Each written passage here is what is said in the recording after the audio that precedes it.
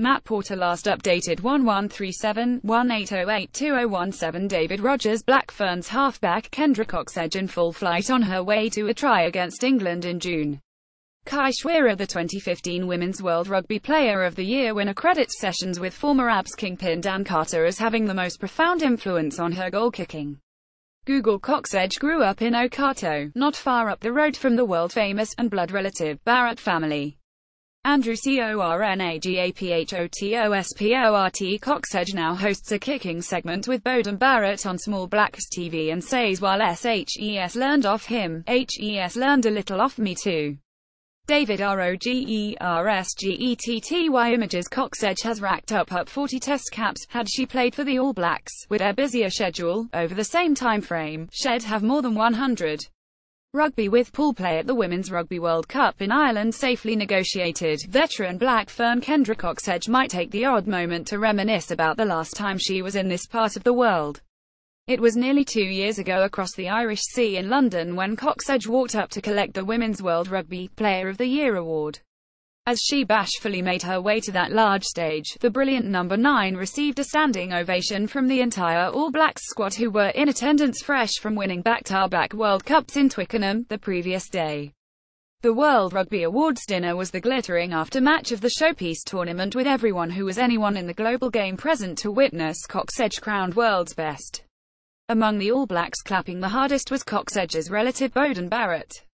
12 months later it was Barrett being officially anointed the world's best player following a breakout season. One extended family from coastal Taranaki boasting the best women and men's players on the planet in successive years. Read more. Black Ferns rout Canada World Rugby Award stokes Kendra Cocksedge's passion for the game. Taranaki's Barrett family creates a buzz by making All Black history not bad going. So how related are these freakish rugby talents? The All Black Barrett trio of Beauden, Scott and Geordie have a great-granddad, Mick Gooden, whose brother Harry was Cocksedge's granddad. In other words, the Barretts' great-great-grandparents and Cocksedge's great-grandparents are the same people. Harry and Mick's folks Walter Francis and Mary Elizabeth Gooden née Carey. Each branch of the family tree is laden with rugby talent. Brett and younger brother Gareth Gooden, Cocksedge's first cousins on her mum's side, both played NZU19s, and Brett played NZ secondary schools and was the Taranaki halfback for a number of years. Grandad Harry and Mick's sister Mary married into the McEldowney clan that boasts the late All Black loosehead prop John and his fellow Taranaki Centurion tighthead brother Bryce in their whakapapa, plus a heap of other prominent Taranaki sportsfolk. Cocksedge grew up in the village of Okoto, about 25 clicks up the road from the Barrett's farm in Rahotu, both on the west coastal side of Mount Taranaki. Add feedback: we came across the Barretts growing up, but not a huge heap, she recalls. Twin Jenna and her 2 older sisters plus nearby cousins the Sims and Goodens were enough to keep young Cocksedge entertained in the early years. However, being one of the best women rugby players in the country for more than a decade, her path regularly crosses the Barretts today. She and Beauden regularly host a kicking masterclass segment on Small Blacks TV, a popular show for young Kiwi rugby fans. A prolific goal kicker for the Black Ferns, Cocksedge said that while SHES learned off Beauden, who's 3 years her junior, HES learned a little bit off me too. It was a few sessions with her male World Rugby Player of the Year 2015 counterpart Dan Carter that had the most profound effect on Cocksedge's kicking. It was more about the processes with kicking. Carter didn't like to change technique too much because everyone has their own style.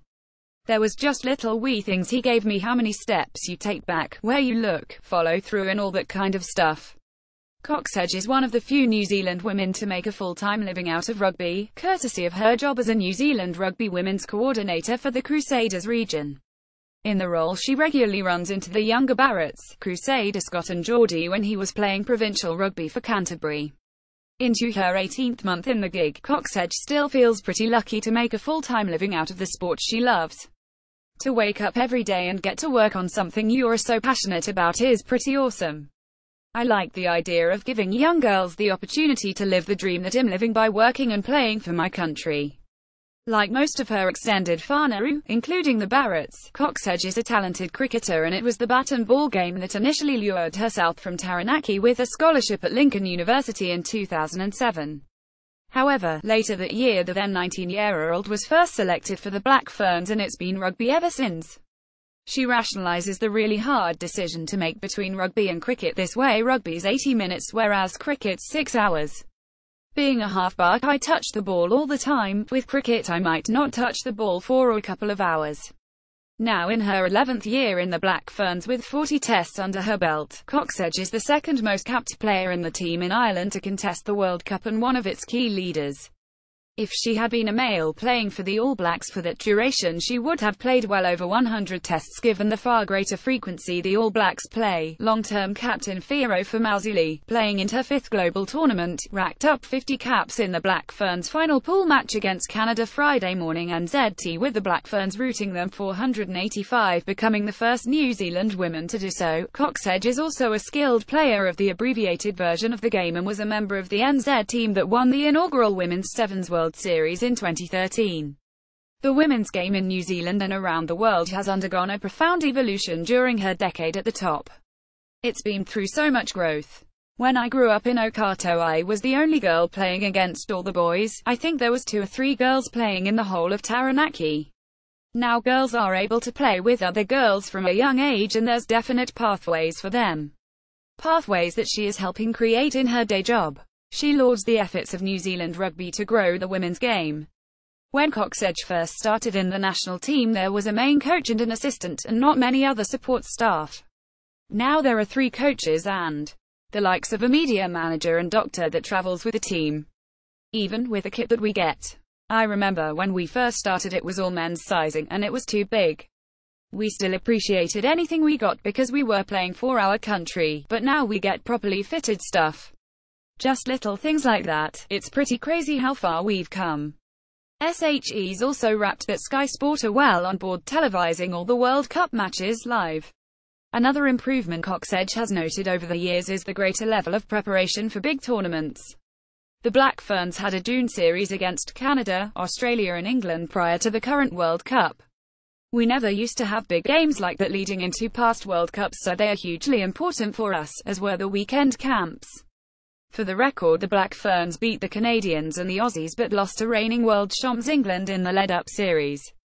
England, the world's only fully professional women's team, shaped as the biggest obstacle between Cocksedge and her second World Cup triumph to go alongside the 2010 Black Ferns win she was such a big part of.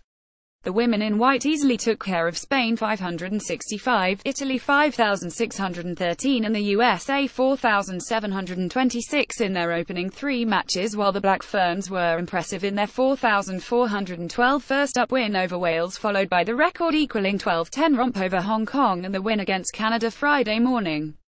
Cocksedge bagged a 31-point haul in the game against Hong Kong, comprising 1 try and 13 conversions. The Black Ferns will meet the USA in one semi-final in Belfast on Thursday NZT, and if they can beat them, and the English get past their opponents France in the other semi, then a rematch of their June encounter looms. England are a world-class side, but we're pretty positive that we can beat them. We found some stuff we can counteract their game with, Cocksedge said without going into detail.